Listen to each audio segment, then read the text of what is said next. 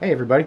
For any of you guys that are catching me for the first time, my name's Tim, and here at Intrepid Exotics we talk a lot about working with big snakes, socializing them, and today we're going to pretty enthusiastically talk about a couple myths and make a statement, and I'm going to say it, and most of you guys are going to say, man, this dude's absolutely insane. And there's a little small portion of the population that's going to be, yeah, I've been telling people that for years. And what that is that these animals, these snakes, just like this little Burmese python baby right here, are statistically safer than dogs. And it's not just that they're statistically safer than dogs, it's that they can be just as easy to work with and just as easy to keep and take care of as any dog, if not easier. And I'm going to go into a couple of reasons why that is. Now, these snakes right here get a bit of a bad reputation because of the situation down in Florida, where we've had the invasive Burmese population, and these snakes get really large. This female Burmese python right here, although I got her when she was a baby, just really tiny, there's a really good possibility she's going to grow to be about 16 feet long. And she's a pretty heavy-bodied snake too. So you'll see us talk about reticulated pythons, which are really lean, muscular animals. Well, these Burms are muscular as well, but they're a little bit heavier bodied, so they will get a little bit heavier. Now, one thing to keep in mind when we talk about how dangerous an animal is how predictable it is. Now, those of us that keep these animals from a very young age, just like I'm starting this girl here, we work with them, we work really hard to make sure that they're not afraid of us. Snakes have got really predictable behaviors. And for those of us that keep these animals, once we learn how to recognize those different behaviors and the different frame of mind that they're in, they get incredibly easy to work with. I have zero concern about this girl biting me whatsoever when I have her out. Matter of fact, any of my snakes, when I have them out, all the way from her to my big 17-foot reticulated python female downstairs, once I get them out, not a care in the world. I don't worry about them biting me. I don't worry about them trying to strangle me. The amount of incidents of things like that happening are so slim as to barely even be measured. The number of deaths from constricting snakes in this country is less than one a year. So, like I said, statistically, much safer animal to keep to begin with. Now, a couple of the things that you'll hear when any of us make a video or make a remark like this, saying how safe our snakes are, you'll always hear, well, the snake's hungry, or, the snake's not hungry. It's, any number of reasons why, that snake under different circumstances would eat you.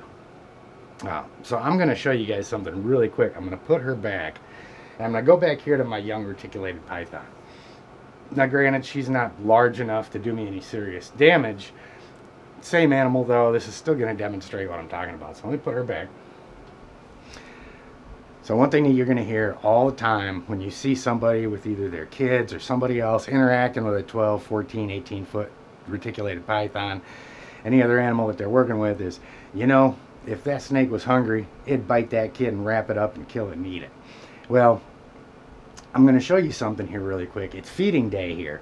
So right now, just before I put this video out, I was out there, got into the freezer, got all of the rabbits and rodents and things like that together to thaw out. They've been sitting in the sink, already fed my lizards, and as soon as all this stuff thaws out and warms up, I'm going to bring it in here and feed. So it's feeding day for these guys, and although this is something that I don't recommend doing, I haven't washed my hands specifically for this video so that I can demonstrate this. Now, this is a reticulated python. They are known for, it's the longest snake species in the world. They're known for having a killer crazy food response. And a disclaimer as I'm going into this, when we teach proper handling techniques, we don't go in right with our hands as soon as we open up the doors. We use hooks, we use tap training, we use these other techniques to make sure that we've got the food response turned off for these animals, so that they're safe to handle. Now, there's another side to that where we talk about how intelligent these animals are and how they recognize their keepers, they can recognize food opportunities and things like that. And this is going to demonstrate that. I'm not going to tap her. I'm not going to get a hook out and try and shut down any food responses or anything. I smell like rodents, and I want to show you how well socialized and intelligent this animal is. It's time for her to eat. I smell like food. And watch this. Hey, sweetie. What are you doing? You want to come hang out? You smell food? Hmm? You know it's dinner time? What are you doing? Aren't you supposed to be biting and going crazy and ripping me to shreds and all that cool stuff? She's not going to. Because these animals, they are not vicious killers. Just like any other animal in the wild, they've got to do things to sustain themselves. But when you get these animals in captivity and you raise them, now this isn't always going to be advisable for every animal that you've got. Some animals do have really hot food responses. But for those of you that say, what are you doing? What are you doing? Such a sweet girl. But for those of you guys that say that these animals can't learn, they can't differentiate, they're completely instinct driven 100%, this right here is evidence in your face on video that that is not the case. You know, these animals are intelligent. They can recognize their keepers. They can be just amazing animals to keep. And this girl's got every potential of getting 18 to 20 feet long. Now at the end of this video, I'm going to go ahead and put in the end screen where I show a size comparison between my male and female retics, and some younger and some older ones, where I've got the larger animals out. I've got a 16-foot male reticulated python, and those can get a bad rap sometimes, where I'll bring him out, and then my female, who's 17 feet long, I can go down there right now and do the same thing with her. Just open up the door, give her enough time to see what's going on, to recognize that there's not a rabbit in her face, and she'll just come right out on me. So as you guys can see, these animals are among the most tolerant that you can keep.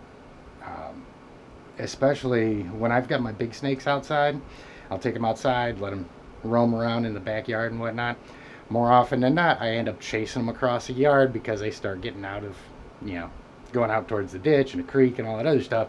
So I grab them and bring them back, and I can go out and I can grab and drag those animals back all day long. They never show any hostility. They never show any intention of biting me. And as a matter of fact, my big mean male reticulated python, if he sees something that makes him uncomfortable, he'll literally crawl right back up and crawl up on my shoulders, because he's secure. He trusts me. Looks at me as a point of security. So moving forward, as we put out some more of these videos, I really want to just demonstrate some things that you'll hear people that don't keep snakes. There's all these myths and there's all these natural fears of these animals and whatnot. And I'm here to tell you that these animals are so easy to manage when you do it right and you're not afraid of them. You just work with them. You give them a little bit of trust, and they'll trust you in return. And that's all we need. As long as these animals don't feel threatened, then we're perfectly safe. Ain't that right? You just want to get out and run around. But again, her, just like any of my other animals, never ever worry about getting bit by them once they get out. And again, like I said, we're going to be putting out some more stuff like this here in the near future. I actually want to get a video put out about how we set up our public education events, because we'll do museums and summer camps, things of that nature, where we take our animals out and we let the public interact with them. It's a really cool experience, of course, for the kids, and it's a good opportunity for people like mayors and councilmen and lawmakers to get out and see firsthand what it's like for the keepers and the animals when we get out and start interacting with these guys. It's amazing how quickly somebody's perception will change when they see me out with Monty, my 17-foot retic, and they just see her out on the floor relaxing, and I'm going up and she's running her head all over my hands, and just a really docile, peaceful animal. And it takes a lot of people by surprise. So just because you're not familiar with them doesn't mean you definitely need to be afraid of them. This is just one of those animals that you've got to put in a little bit of effort to learn about, a little bit of effort to learn their behavior and what the right thing to do is, because it's just like any other animal, just like a dog. I had a German Shepherd years ago that I guarantee you, if you got down on all fours and put your face in his food bowl, you'd get bitten. Um, and you know, it's just like that. There's certain things that you don't do with dogs. There's certain things that you don't do with snakes. Certain things that you don't do with people, because most people will bite you if you do the wrong thing to them for long enough. So a quick point today. If you guys got any questions, if you got anything else that you'd like to see, by all means, drop it down in the comments. We're starting off a new year here, so jump down, get subscribed to the channel. I'm in the process of scheduling some public education events out here in the local area.